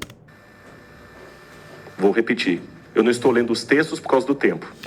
Outra coisa, não vai ter em nenhum desses textos a ideia de que Jesus morreu à morte eterna, tá? Isso aí vai ser no máximo uma lógica que você vai usar para costurar textos. Não vai estar escrito isso aí em lugar nenhum da Bíblia, tá? Jesus, para nos salvar, teve que enfrentar a morte eterna. Vou contar uma história rápida para você. Então, você tem tempo de contar a história, mas não tem tempo de ler os textos bíblicos. Então você poderia pelo menos ler um texto bíblico que afirme isso, e não os demais, e aí contar a sua historinha. Mas se você vai gastar tempo contando historinha e não vai ler os textos bíblicos que você acha que dizem isso aí, que não diz, aí também não acho que é uma metodologia muito legal, tá, Rodrigo? Um rei uma vez deu uma lei em seu reino. Qualquer que fosse apanhado roubando teria os olhos arrancados. Ninguém roubava. Não havia cadeados nem tranca, ninguém queria ter os olhos arrancados. Até que um dia chegaram e disseram: Majestade, um jovem foi apanhado roubando. E a lei diz que ele tem que ter os olhos arrancados. O que o senhor diz? Cumpra a lei. Mas o jovem é o príncipe. O que você acha que o rei fez? Se como o rei ele mudasse a lei, que diriam? Para beneficiar o filho dele, ele muda a lei. Se como o rei ele mandasse cumprir a lei, o que diriam? Não teve misericórdia nem do filho, hein? Sabe o que o rei fez? Como rei não posso voltar a minha palavra atrás. São 2 olhos que a lei quer, 2 olhos a lei terá. Mas eu perdoarei meu filho. Arranquem os meus olhos no lugar dele. Quando Adão e Eva pecou, irmãos, nós ficamos condenados à desgraça eterna, à morte eterna. Cristo então tinha que morrer uma morte eterna. Não podia ser só a morte de cruz. A cruz foi um instrumento onde ele morreu, mas é mais do que aquilo. Roma crucificou milhares de pessoas, mas a morte de Cristo foi morte eterna. Hebreus diz que ele enfrentou a morte por todos os homens. Ele enfrentou o lago de fogo e enxofre. Não, a Bíblia não diz isso, cara. Porque assim, a Bíblia diz que Jesus morreu por todas as pessoas. Isso não quer dizer que ele morreu e foi para o lago que arde com fogo e enxofre, ou ele enfrentou o lago que arde com fogo e enxofre. Porque, por exemplo, vamos dizer que Roma crucificou 10 milhões de pessoas ao longo da história. E Jesus foi um crucificado. Jesus pode salvar a humanidade através da sua morte de cruz, porque Jesus é uma pessoa de uma categoria diferente de todas as demais pessoas. Jesus não é só homem, ele também é Deus, e ele foi um homem sem pecado, e aí voluntariamente ele se entrega para morrer, ele é crucificado e ele vence a morte, e a ideia é que esse seu sacrifício pode perdoar os pecados, e a mensagem cristã. Mas isso está fundamentado na identidade singular de Cristo, e não de que ele, depois que ele morreu na cruz, ele já foi para o lago de fogo e enxofre, para morrer a morte eterna, e depois, 3 dias depois, ele apareceu: olha eu por aqui, voltei da morte eterna. Não é isso o que a Bíblia ensina claramente. Isso, no máximo, é uma construção que eu julgo bem fantasiosa e equivocada, tá? E acho que assim... O Rodrigo pode pregar essas coisas na igreja? Em tese pode, mas não deveria. E deveria deixar mais claro que muito do que ele está dizendo aqui é ilação, é suposição, é inferência, é exegese, é lançar sobre textos bíblicos o que os textos não dizem, tendo alguma fonte externa, seja algum texto da Ellen White, ou algum outro pensamento filosófico ou teológico do Rodrigo que ele tirou de outro lugar, para dizer que tinha que ser a morte eterna, e Jesus foi pro lago que arde com fogo e enxofre, porque antes da encarnação ele passou pela angelicalização e coisas do tipo. Nada disso são doutrinas claras na Bíblia, tá? Agora, uma perguntinha. Jesus não é Deus? Como pode um Deus eterno sinceramente morrer? Será que ele morreu mesmo ou ele fingiu que morreu? Se ele fingiu... As discussões sobre morte de Deus também são gigantescas, né? Aliás, eu preciso terminar minha série sobre essa questão da morte de Deus. Que acho que eu já fiz uns 20 e tantos vídeos, tem que fazer mais uns 20 e tanto ainda. Então não houve sacrifício. Se ele morreu, como ele é eterno? Alguns advogaram para defender isso, que Jesus perdeu a divindade dele, ou que ele perdeu alguns dos atributos dele. Eu não acredito nisso. Não tem como Deus deixar de ser Deus. Coloca uma coisa na sua cabeça. Jesus não perdeu nenhum dos seus atributos. Deus não tem como deixar de ser Deus. Tá bom, se ele não perdeu nenhum atributo, como é que ele morreu e não fingiu que morreu? É simples. Eu tenho um carro em casa. Vamos supor que, por qualquer razão, você não possa andar de carro, mas você quer conversar comigo. Um dia você me vê subindo as alamedas aqui a pé com um aluno. E você pergunta assim, professor, cadê o seu carro? Eu digo, está lá na minha garagem. Mas você está andando a pé? Claro. Por quê? Porque ele precisa que eu ande a pé. Mas você tem o carro, professor, você é obrigado a vir de carro. Espera aí. Se eu sou obrigado a andar de carro porque eu tenho carro, quem é dono de quem? O carro que é meu dono. Se eu sou dono do carro, sou obrigado para usá-lo ou não usá-lo. Se o carro está na garagem, eu deixei de possuir um carro? Eu quero ouvir a resposta. Não. Mas eu estou É que a divindade não é algo que se possui no caso de Cristo. A divindade é algo que Cristo é. Não é uma coisa assim que simplesmente se deixa na garagem quando sai para passear a pé, entendeu? Até porque daí esse que sai para passear a pé sem a sua divindade, tipo, não é Deus, entendeu? Se quando ele sai para passear, ele é homem e Deus ao mesmo tempo, o carro não ficou na garagem, entendeu? Tipo, essa analogia não vai funcionar nesse caso, entendo eu. Entendendo assim onde eu acho que o Rodrigo quer chegar, acho que não funciona. Fingindo que estou andando a pé ou de fato eu estou andando a pé? Estou andando a pé. Jesus não... Se a divindade fosse um atributo, o Rodrigo estaria correto. Mas como a divindade não é um atributo, é uma natureza, é uma essência, o Rodrigo está errado nessa analogia. Não perdeu nenhum... A gente entende o que ele está querendo dizer. Então, ele está querendo dizer que... tipo assim, Jesus, ele era Deus e homem, ele poderia dispor, de certa forma, da sua divindade, da sua humanidade. Em alguns contextos, ele poderia ser mais humano do que divino, em alguns contextos mais divino do que humano, ou algo do tipo. Mas essas questões, elas se tornam bastante complexas, na verdade. Claro, mais cedo ou mais tarde, vai ser importante tentar entender alguma dinâmica desse tipo, porque algumas coisas vão ser atribuídas mais à humanidade de Cristo do que à sua divindade. Tipo, por exemplo, o fato dele não saber o dia da sua volta, né? Isso, como Deus, não caberia. Então a gente diz, ó, nesse caso aqui, Jesus está falando como homem. Então é como se Jesus conseguisse, tipo, desligar um botão da sua divindade, tipo, deixar o carro na garagem. Mas é difícil encontrar uma analogia para isso, entendeu? E isso também é uma questão complicada, assim. Explicar como que Cristo era Deus e homem ao mesmo tempo é sempre muito complicado. E tentar dizer que não, aqui ele é homem, mas ele deixou a divindade lá na garagem, ou ele desligou um botão, ou ele deixou aquilo lá e foi passear aqui, também acaba implicando algumas questões que enquanto essa divindade está desligada, ele não é Deus, ele é só homem. Para ele poder não ter o atributo de Deus e saber o dia da sua vinda, ou fazer isso ou fazer aquilo. E em momentos que ele liga a sua divindade, ele, sei lá, faz um milagre que como homem não poderia fazer. Aí ele não é homem e ele é só divino? Ou como que funciona isso? Então, explicar a humanidade e a divindade em Cristo e como que elas funcionam é uma discussão muito complicada do ponto de vista lógico, filosófico, racional. E a Bíblia não explica como que essas coisas acontecem. Só o que acontece é que a Bíblia tem textos que acabam implicando que ora Jesus fala mais como homem, ora ele age muito como Deus, e etc. Entende? Então toda tentativa de explicação desses fenômenos é questionável e pode conter erros. Por isso, inclusive, acho que existem alguns erros nas analogias e nas considerações do Rodrigo. Apesar de eu saber e imaginar onde que ele quer chegar, eu só estou tentando demonstrar que as coisas são mais complicadas do que ele está tentando fazer parecer. Dom dele, porque ele não tem como deixar de ser Deus.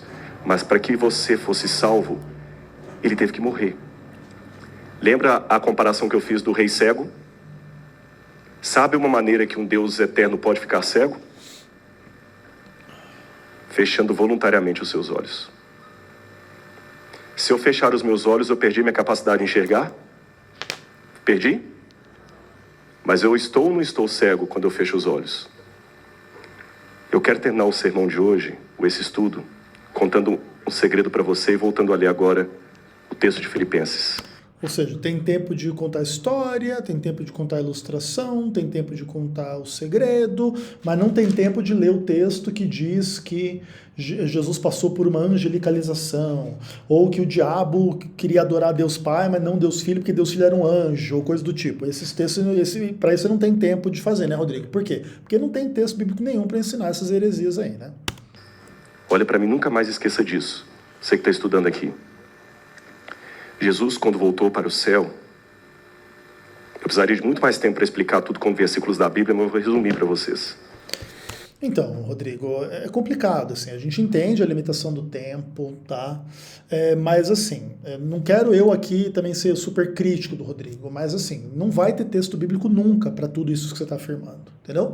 Mesmo que você tente conectar essas ideias, que porque aí ele era eterno, daí ele deixou de ser eterno, ou ele se esvaziou, ele tornou nula a sua divindade, ou ele morreu a morte eterna no lago de fogo, depois que ele morreu na cruz, ou você não vai encontrar nada disso, são só coisas que você imagina na sua cabeça que é necessário para fazer sentido isso ou aquilo, mas que muitas outras pessoas vão discordar, inclusive eu vou discordar e sempre discordei dessas bobajadas tudo aí, viu?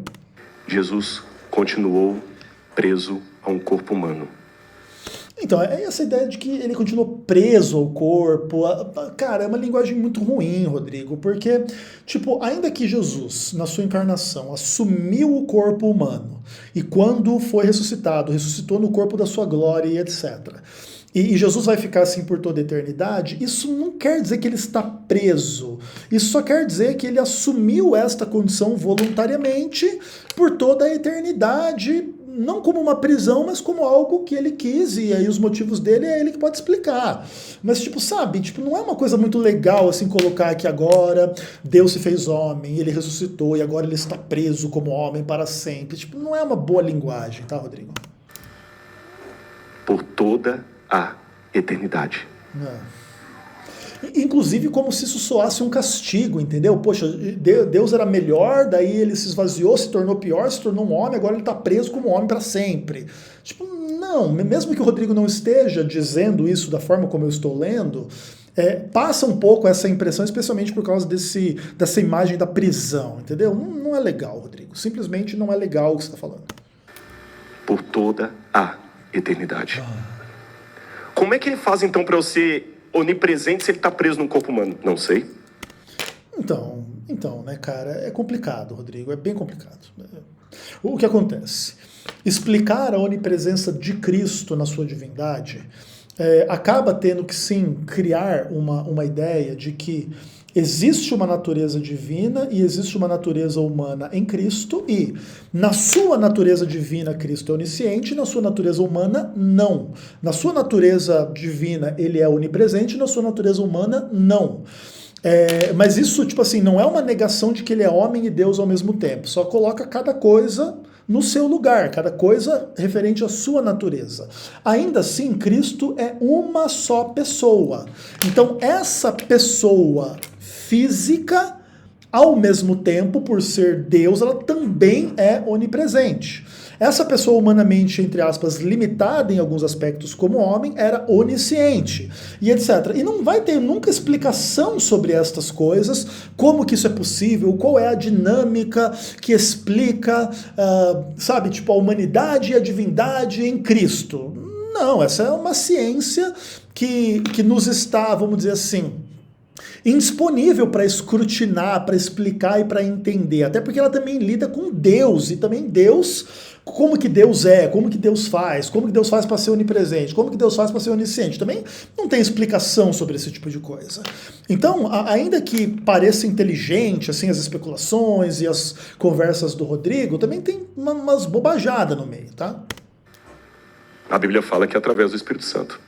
Não, e a Bíblia também não fala isso, entendeu? Porque ainda que pudesse inferir da doutrina da Trindade que Cristo, ele não é onipresente em si, mas ele é através do Espírito Santo, isso é uma questão complicada, Rodrigo. Você não me parece um bom conhecedor da doutrina da Trindade. O ponto é, todas as características de Deus pertencem às 3 pessoas da divindade. Ao Pai, ao Filho e ao Espírito Santo, porque não tem hierarquia divina entre eles. Pode haver uma hierarquia funcional na economia da salvação, mas na essência da divindade não pode haver hierarquia, porque senão o mais alto seria Deus e não os outros dois. Então não há essa hierarquia dentro da divindade. Então todas as características que fazem Deus ser Deus são partilhadas pelas 3 pessoas. O Pai é onipresente, o Filho é onipresente, o Espírito Santo é onipresente. Não é assim, o Filho não é onipresente porque ele se tornou homem e agora ele é onipresente através do Espírito Santo ou através do Pai. Não, isso não funciona, porque aí teria uma qualidade da divindade que só o Pai teria, ou só o Espírito Santo teria, e o Filho não teria. Isso não pode acontecer na doutrina da Trindade. Então, o Cristo, o Filho de Deus, tem todas as características da divindade. Ele é onipresente, ele é onisciente, etc, etc e etc. Senão ele não seria Deus, Rodrigo, tá bom? E é ruim ter que explicar o óbvio aqui, tá? Mais detalhes. Porque depois também o pessoal fica chateado comigo, entendeu? Ah, quem o Ezequiel pensa que é para refutar a heresia do Rodrigo Silva? Nossa, grande Rodrigo Silva. Mas não adianta, o que o Rodrigo está falando não tem fundamento bíblico, é um monte de especulação em vários desses aspectos aqui do que a gente está apontando e não está correto também na sua visão da doutrina da Trindade, etc e etc. Não me peçam que eu não tenho, mas uma coisa eu sei.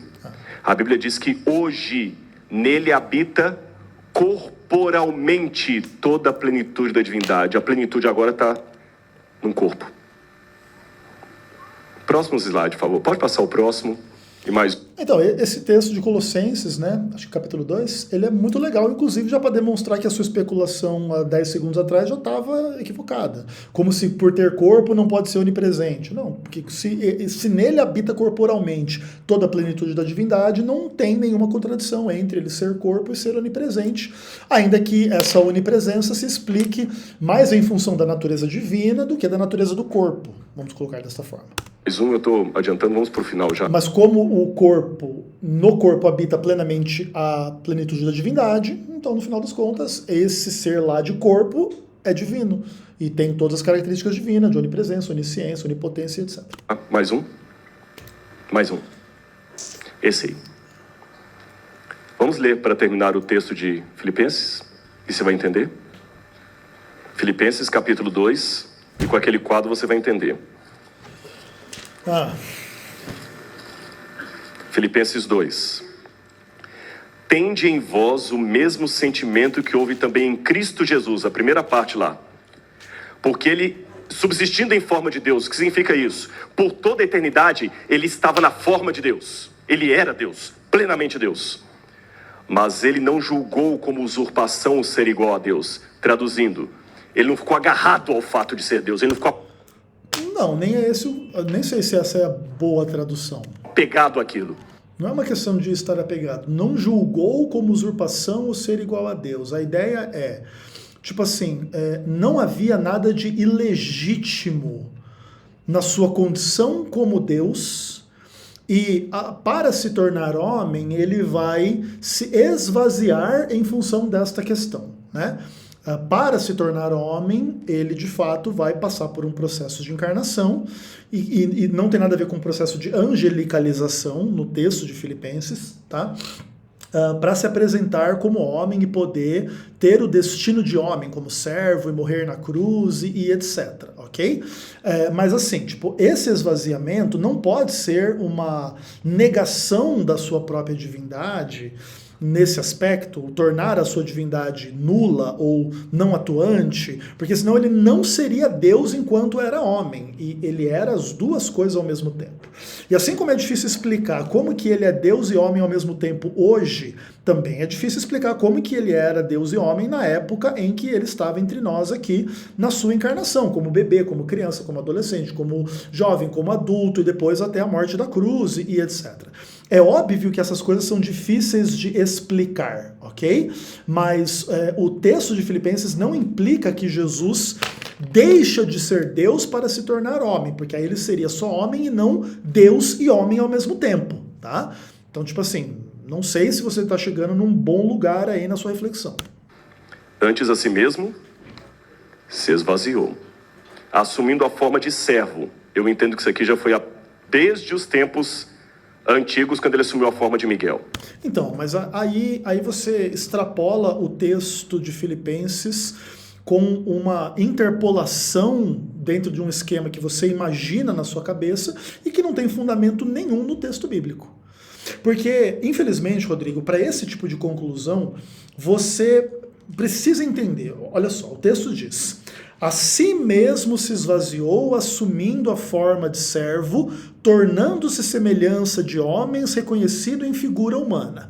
Então, o assumindo a forma de servo é explicado como tornando-se semelhante aos homens, reconhecido em figura humana. Você não pode dizer assim que, olha, esse assumir a forma de servo já começou quando ele passou por um processo de, por exemplo, seria uma angelicalização, tipo uma encarnação só que para anjo, quando ele se tornou Miguel e blá blá blá. Não, você não pode fazer isso no texto, porque o texto diz dele se esvaziar a si mesmo para assumir a forma de servo, que é se tornar homem, reconhecido em figura humana. O texto nada diz sobre a sua fantasia dele se tornar Miguel, e aí o diabo fica chateado com Miguel, porque o diabo quer adorar Deus Pai, mas não o filho Miguel, e aí o pai tem que chegar e dizer, olha, senta aqui o Miguel no trono. Gente, estão vendo esse anjo aqui? Olha, ele não é só anjo, ele é um Deus, ele é Deus igual eu, ele é meu filho, e o diabo diz, não, eu não quero adorar esse anjo aí não, porque eu sou igual a ele, e aí começa uma treta, inclusive, como se esse fosse o fundamento da treta entre Deus e o diabo. E o diabo estava muito contente com Deus Pai, só não estava contente com Jesus. Não tem fundamento para isso na Bíblia em lugar nenhum, Rodrigão. Porque Cristo parecia pequeno. Veja. Não tem fundamento nenhum para essa bobajada toda sua aí. Ellen White, no livro Patriarcas e Profetas, mostra... Ah, não, mas aí virou Ellen White, Patriarcas e Profetas. Irmão, aí o que acontece, cara? Você tem que dizer isso aí antes de começar o seu sermão, tá? Você tem que dizer assim, galera, hoje nós vamos estudar o livro da Ellen White, Patriarcas e Profetas, ou qualquer outro livro da Ellen White. Não tenta mascarar isso como Bíblia, entendeu? Que o diabo ele fez isso, porque o Jesus era um anjo, e aí não sei o que lá, não sei o que lá, não sei o que lá. Veja bem, não confunda as coisas. Se quiser estudar a Ellen White, essas cenas de Ellen White no livro História da Redenção, Patriarcas e Profetas, Grande Conflito, ou vários outros aí que Ellen White escreve, algumas coisas um pouco nessa direção, tem que pegar o texto da Ellen White e ler, porque será que Ellen White diz as coisas nos termos em que o Rodrigo está dizendo? Então Ellen White diz que depois que Jesus morreu na cruz, ele passou pela morte eterna no lago de fogo. Ela diz que Jesus passou por uma angelicalização, que o texto de Filipenses 2, não sei o que, não sei o que lá, não sei o que lá, não sei o que lá. Não, a Ellen White não diz nada disso nos termos do que o Rodrigo diz. Então, o que parece que está acontecendo aqui é que o Rodrigo está fazendo uma leitura dos textos da Ellen White, que não falam o que o Rodrigo diz. Aí ele está fazendo uma leitura dos textos bíblicos, ele está tentando mesclar uma coisa com a outra, sem deixar isso claro para as pessoas, e tentando inferir que é a Bíblia que ensina em Filipenses que Jesus, ao se tornar servo, se tornou anjo Miguel. Mas não, cara, eu acho que nem Ellen White ensina isso, mas mesmo que ensinasse, Filipenses 2 não ensina isso. Então, se você quer ensinar isso aí com base na Ellen White, não diz assim, abra a Bíblia em Filipenses, diga assim, abra Ellen White aqui nesse livro. Aí nós vamos estudar a Ellen White, vamos ver a perspectiva dela, vamos tentar entender se tem fundamento bíblico, se tem lógica bíblica, se tem coerência, se a gente vai crer no que a Ellen White diz ou não, tudo bem? Mas assim, tipo, tentar ler Ellen White lá na sua cabeça. Aí tentar torcer a Bíblia para colocar alguma coisa que você entendeu de Ellen White aqui na Bíblia, não é uma forma correta, isso se chama exegese, tá, Rodrigão? Que o pai senta o filho no trono e tem que explicar para os outros quem ele é. Então, Rodrigo, qual que é o problema, cara? Ainda que existam cenas mais ou menos parecidas com o que você está dizendo, nas obras da Ellen White, essas coisas não são regras de fé, doutrina e prática, e elas não têm fundamento bíblico, tanto que você não trouxe nenhum bíblico dizendo que antes da queda de Lúcifer, antes da queda de Adão e Eva, o Senhor do Universo teve que colocar um anjo no trono e mostrar para Satanás que aquele anjo era Deus, igual ele, Deus era Deus, e o diabo estava feliz com Deus Pai, mas estava infeliz com esse anjo que era Deus. Não existe nada disso, Rodrigo. Isso não é fundamento de fé, nem de crença, nem de prática, nem de doutrina da igreja. Isso é só uma bobajada gigantesca, na minha opinião, cara. Ele já assumiu a forma de servo lá atrás. Aí é por sua conta, irmão. Não é por conta do texto de Paulo, tá? Que, inclusive, eu conheço muito bem. Falando assim, semelhança de homem. Quantas vezes... Semelhança de homem, né? Não tá em semelhança de anjo. Esteve aqui na terra, comeu com Abraão, segurou a mão de Abraão. Mas assim, ó, se você está inferindo que Jesus era o anjo do Senhor lá do Antigo Testamento, veja bem, o que o texto de Filipenses diz o apresenta como homem, não como anjo. A aplicação que você está fazendo de que talvez Filipenses 2 também implique que ele se tornou anjo num processo de angelicalização é por sua conta e risco. Outra coisa, as aparições de anjos do Antigo Testamento e do anjo do Senhor, elas não implicam um processo de angelicalização tipo a encarnação. A impressão que passa os textos onde o anjo do Senhor se manifesta é que o anjo do Senhor se materializa imediatamente naquela cena e ele se desmaterializa no final daquela mesma cena. Então lá, por exemplo, com os pais de Sansão, o anjo do Senhor aparece e depois ele desaparece. Isso não é o que acontece na encarnação. Entende? Na encarnação, Deus se faz homem no ventre da mulher, passa 9 meses lá, nasce, cresce, se desenvolve. Tipo assim, entendeu? Não é uma coisa do tipo, ele se materializa como homem. Por exemplo, esse é um bom exemplo para ilustrar. Quando, por exemplo, o anjo do Senhor lá, o próprio Cristo, vamos dizer assim, junto com outros 2 anjos, vai visitar Abraão antes deles destruírem Sodoma e Gomorra, esses 2 anjos que aparecem, eles não são Deus, eles são anjos normais. E eles vão lá destruir Sodoma e Gomorra. Qual que é a ideia aqui? A ideia não é que esses anjos, eles encarnam como seres humanos igual Cristo encarnou. Então eles nascem de uma mulher virgem, daí eles se desenvolvem, daí quando eles têm 30 anos acontece essa cena. Não. O anjo ele se materializa como homem, tipo assim, imediatamente naquele momento em que ele precisa atuar como homem. Aí ele faz tudo o que tem que fazer, depois ele se desmaterializa e volta a virar anjo. Então, por exemplo, o arcanjo Miguel, o anjo do Senhor, pode ser uma manifestação da divindade nesses mesmos termos. Não é como ele se torna anjo, agora ele é anjo, acabou. Não. Ele se materializa como anjo, cumpre ali a sua função como anjo, depois volta a se desmaterializar e virar Deus. É tipo isso, entendeu? A imagem que passa. Não é uma ideia do tipo da encarnação. A encarnação não é Deus se materializando como Jesus homem com 30 anos de idade, prega o evangelho, aí morre, aí se desmaterializa e vira Deus de novo. Não, a encarnação é um outro processo, é um outro rolê, que não é comparado com esse tipo de coisa que seria uma materialização na forma de anjo ou na forma de homens, como os anjos fazem no Antigo Testamento, tá? Em alguns casos. Então, assim, essas questões são complexas e o Rodrigo está mais confundindo do que explicando e elucidando. Não acho legal a postura do Rodrigo quanto a esse assunto. Nunca achei. Então, teve com os companheiros de Daniel na fornalha ardente, assumiu a semelhança de homem. Não, assim, veja. Essa também é uma questão um pouco complicada. Às vezes, anjos se materializam e atuam na forma de homens. Isso é verdade. Tá? Então, por exemplo, nesse caso, o que o Rodrigo está tentando dizer é que o texto de Filipenses diz que quando Jesus assumiu a forma de homem, isso também implica os momentos em que Jesus apareceu como anjo do Senhor, pelo menos quando o anjo do Senhor apareceu ter uma figura humana. Mas isso é uma questão complexa. Por exemplo, ele usa lá o termo, a situação lá em Daniel capítulo 3. Só que o que acontece? O anjo do Senhor ali, o texto ali diz que aquele que seria o Cristo ali entre os amigos de Daniel, ele tinha o aspecto como de um filho dos deuses. Então, aparentemente, ele não tinha figura humana, ele estava em forma angelical, porque senão ele dizia assim, olha, só aparece 4 homens normais. Não, um desses 4 homens tem a semelhança ou a figura de um filho dos deuses. Então, tipo assim, existia um destaque da natureza daquele em comparação com os outros que eram meramente homens, tá? Então aqui não dá para dizer que Jesus apareceu como homem. Então, tipo assim, Jesus vai aparecer como homem na sua encarnação.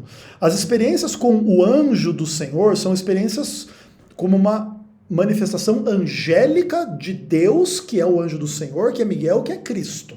Isso tudo bem. Mas não dá para confundir essas coisas, não acho legal. Depois, reconhecido em figura humana. Vocês estão notando que ele está descendo os degraus da escada? Não, eu discordo da sua leitura, tá? Porque o ser o servo e ser reconhecido em figura humana é a explicação de um mesmo degrau da escada, não é 2 degraus. Primeiro ele vira anjo, depois ele vira homem. Não. Ele existia em forma de Deus, não ficou agarrado àquilo, esvaziou, assumiu a forma de um servo. Não, você está usando a imagem servo para querer dizer que o servo é o anjo, mas o servo é Jesus como homem. Um anjo. Não, você está totalmente equivocado, Rodrigo. Depois, semelhança de homem, ficou Não está correto. andando aqui na terra junto com Abraão, com Daniel. Essa é uma aplicação temerária. Jesus não aparece como homem para Abraão, nem para... Ainda que para Abraão, até que talvez realmente, de fato, o texto até implique que ele vê 3 varões, né? Não é um negócio assim? Mas mesmo assim, isso aconteceria naquele esquema não da encarnação como de Cristo, mas só de uma materialização e uma manifestação como homem, tá? Não tem a implicação. O que o texto de Filipenses está falando é da encarnação de Cristo como homem. Deus feito homem. Não de Deus materializado como anjo ou como um anjo em forma de homem, tá? Tipo, por mais que essas coisas sejam complicadas, é importante fazer essas distinções, porque eu não acredito que o Rodrigo esteja fazendo uma aplicação correta do texto de Filipenses. Depois, que mais? Assumiu a forma de homem, pegou mesmo, carne e osso. E como... Não, porque, por exemplo, aqui no texto de Gênesis, quando o Senhor e os anjos aparecem, de fato aqui no texto, no capítulo 18, verso 2 diz, levantou os olhos e eis 3 homens de pé em frente a ele.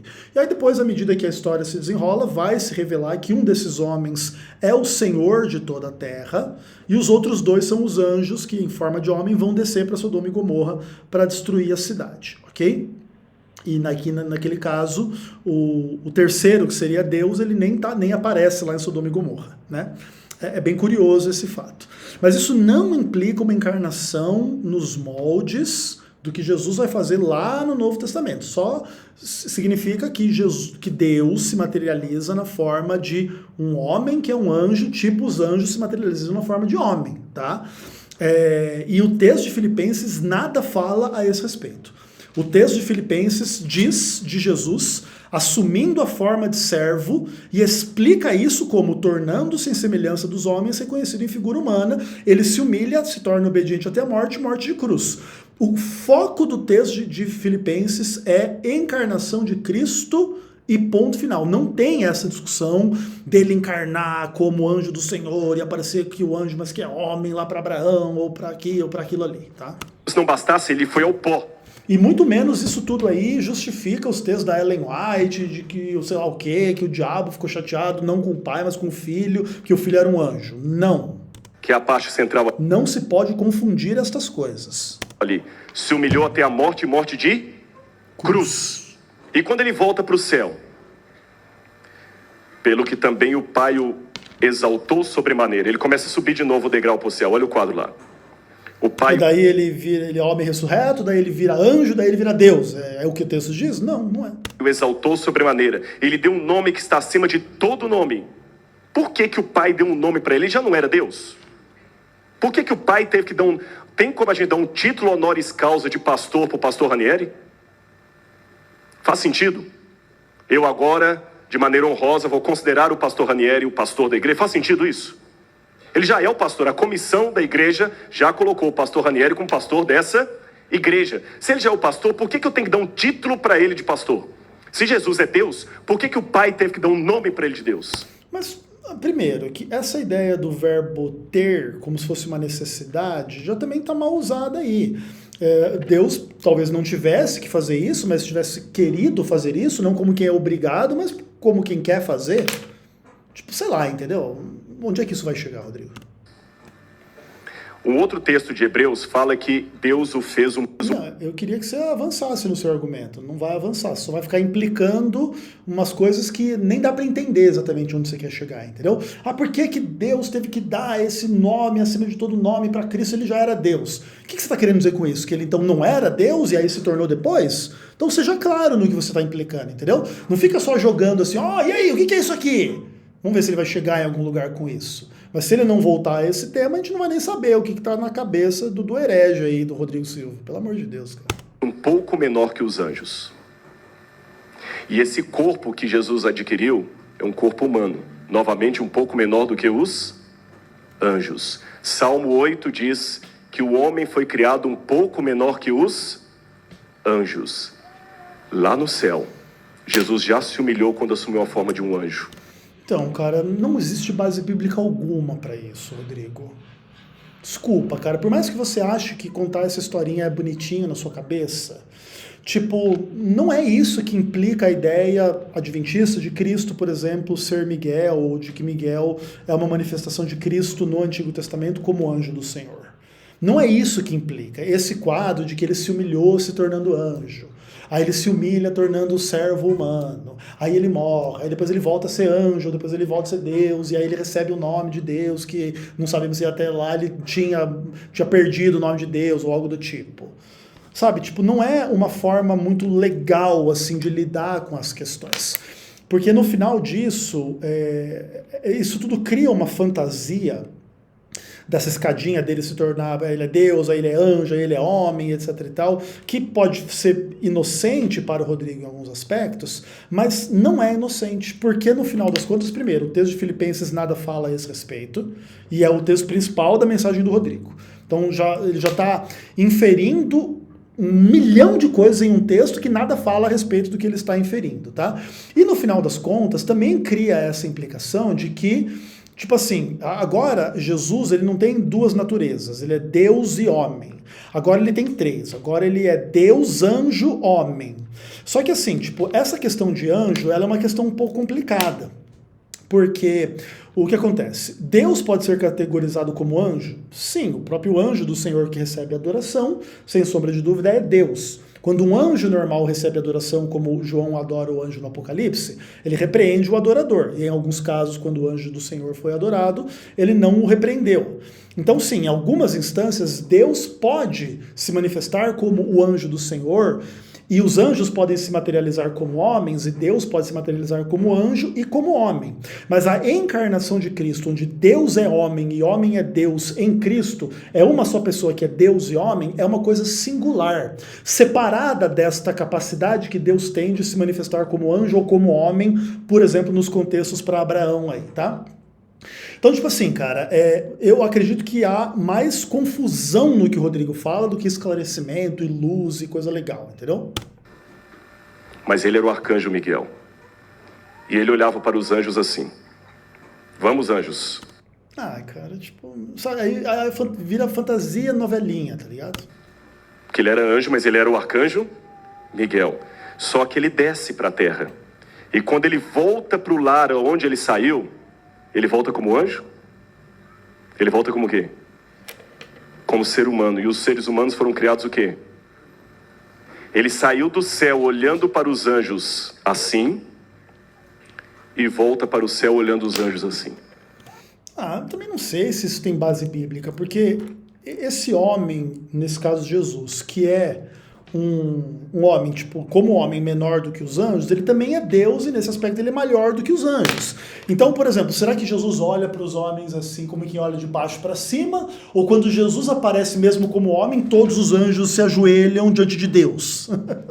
Então, sei lá, entendeu? Essa imagenzinha do Rodrigo, quando Jesus desceu do céu, ele olhava os anjos de cima para baixo. Agora, quando ele subiu para o céu, ele olha os anjos de baixo para cima. Sei lá, é só uma novelinha, é só uma cena que o Rodrigo usa, sei lá, para querer dizer o quê? Que Jesus é muito humilde, ou que Jesus é muito legal, ou que ele era maior antes, que agora ele é menor. Não dá para entender exatamente onde ele quer chegar com essas cenas, entendeu? Que agora ele voltou humano. Ele voltou humano, mas sempre foi divino, e que todos os anjos de Deus o adorem. Então também, sei lá qual que é essa relação, entende, Rodrigo? Não é uma relação meramente de estatura, sei lá, enfim, cara. Eu acho desastroso, assim, esse tipo de pensamento. E não porque, tipo, não se possa ficar especulando e imaginando um pouco essas coisas. Claro que pode. Mas eu acho tudo isso muito sem fundamento bíblico e tudo muito ruim, assim, na real. Perceberam? Não. E por quanto tempo ele vai ficar com esse corpo humano? Ele vai ficar preso por toda a eternidade, né? Tendo que olhar pra cima. Os anjos sendo maior do que eles. Sei lá, Rodrigo. Besteira, cara. Por quê? Por quê? É por isso, próximo slide para terminar. Conta pra nós.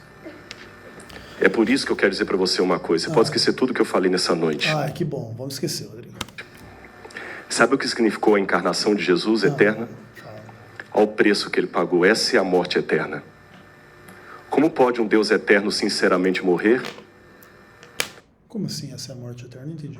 Por amor de você. Ele vai ficar para sempre com o corpo humano. Então, esse é o problema, entendeu? Aparentemente, então, agora que Jesus vai ser humano para sempre, essa é a punição eterna. Então, tipo assim, Jesus está eternamente punido por ser um ser humano.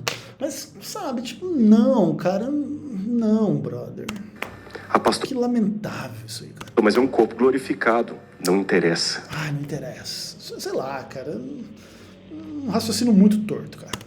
Para a rainha da Inglaterra, a casa mais linda da zona sul do Rio de Janeiro ainda é um casebre. Para alguém que subsistia em forma de Deus...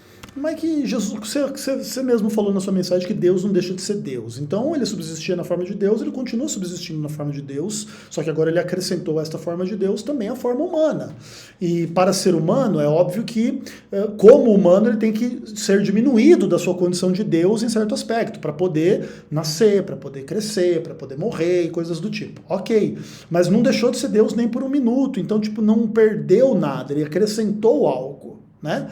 E acrescentou algo que não acrescenta a sua divindade, porque a sua divindade continua idêntica e intacta e a mesma que sempre foi antes da encarnação e vai ser depois da encarnação, porque a divindade não mudou em nada. Então, tipo assim, eu acho que falta muito raciocínio trinitário e bíblico ao Rodrigo.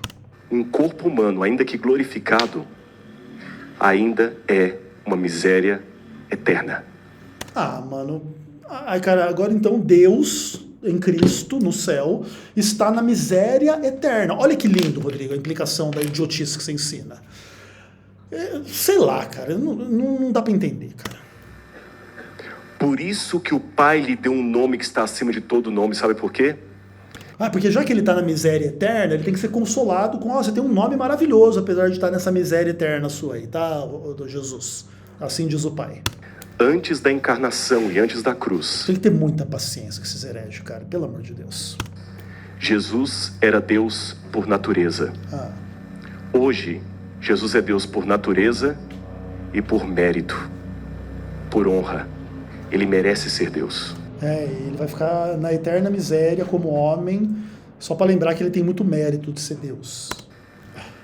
Por isso que ele ganha o título de Deus, mesmo já sendo Deus. Porque ele é Deus por natureza e Deus por caráter. Sei lá, o que acontece, Rodrigo? Esse tipo de imagem da exaltação de Cristo é muito melhor explicada como o simples reconhecimento do que ele é e do que ele fez por parte do Pai, em um contexto de entronização, adoração, onde Deus, o Cordeiro, o Espírito Santo, enfim, partilham a divindade, o trono, o reino. Depois, inclusive, existe um pouco essa ideia de que o filho vai se submeter ao pai e Deus vai ser tudo em todos, que é uma imagem um pouco complicada também, um pouco da parte de Paulo nesse tipo de conceito. Tem que ter, tipo assim, calma para analisar e entender as implicações dessas coisas. Então, assim, essas questões todas, elas são extremamente profundas. Eu não acho que o Rodrigo fez jus à profundidade dessas coisas nesse tipo de argumentação dele, tá? Ele provou que ele não somente tem o poder de Deus, mas ele tem o caráter de Deus, ele merece ser Deus.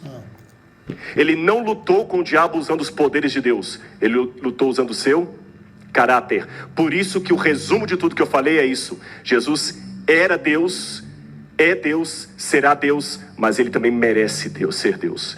Jesus é aquele que é tanto Deus, que mesmo não tendo o poder de Deus, continuou agindo como se fosse Deus. Porque ele não tem só o poder e a natureza de Deus, ele tem o caráter de Deus. Mas é que uma coisa não exclui a outra, ele continua agindo como se fosse. Não, é que ele era, entendeu? Não é tipo assim, ó, Jesus deixou de ser Deus, mas ele continuou agindo como se fosse. Não. Jesus não deixou de ser Deus e tudo que ele fez sendo Deus e homem. Ele pode ter acrescentado a esfera humana, mas não perdeu a sua natureza e a sua identidade divina. Então, sei lá, sabe, Rodrigo? Você está contando essa história de uma forma muito ruim. Porque Lúcifer, sendo criatura, queria ser poderoso como Deus. E Cristo, sendo Deus, não se importou em passar por toda a eternidade vestido de criatura. Por isso que ele tem um título, um nome acima de todo nome. Ele mereceu. Já cansei, já. E aquela cicatriz que você tem que te incomoda, aquilo ali vai passar na ressurreição. Mas as marcas dele vão ficar para sempre. E não desprezando aquela tradição que feridas são essas nas suas mãos, mas eu não acredito que é só memorial, não. Senhor, por que o senhor está... o senhor morreu por nós há 2 milhões de anos atrás, né? Não é só memorial. Aquelas marcas é o preço, são o preço. Jesus pegou prisão perpétua. Irmão, ou seja, o céu virou prisão perpétua. Que linda mensagem, Rodrigo. Por sua causa. Por sua causa. Daí você vai estar super feliz lá no céu, na prisão, enquanto ele está na prisão perpétua. Olha de novo essa foto e entenda o que eu falei. Ai, Rodrigo. Ai. Jesus pegou prisão perpétua. Péssimo, brother. Péssimo, cara. Por sua causa. Eu vou chorar agora, Rodrigo, mas não é por causa da sua mensagem no aspecto espiritual, é por ter que ouvir esse tipo de asneira, cara. Eu quero contar só uma parábola para terminar agora. Lembra, tem mais 2 horas de parábola, de não sei o que, o texto lá onde o diabo ficou chateado com o anjo, que era igual a ele, que era igual a Deus, aí não tem, né? Vou fazer uma oração com vocês. Uma vez nos Estados Unidos... Galera, assim, ó, eu não vou ver o restante do vídeo, não me importa o que o Rodrigo tem para dizer daí para frente, tá? Peço desculpa, o ponto aqui não é ser desrespeitoso com o Rodrigo, mas eu acho lamentável esse papo aí. Deus abençoe e até o próximo vídeo, se Deus quiser. Um abraço.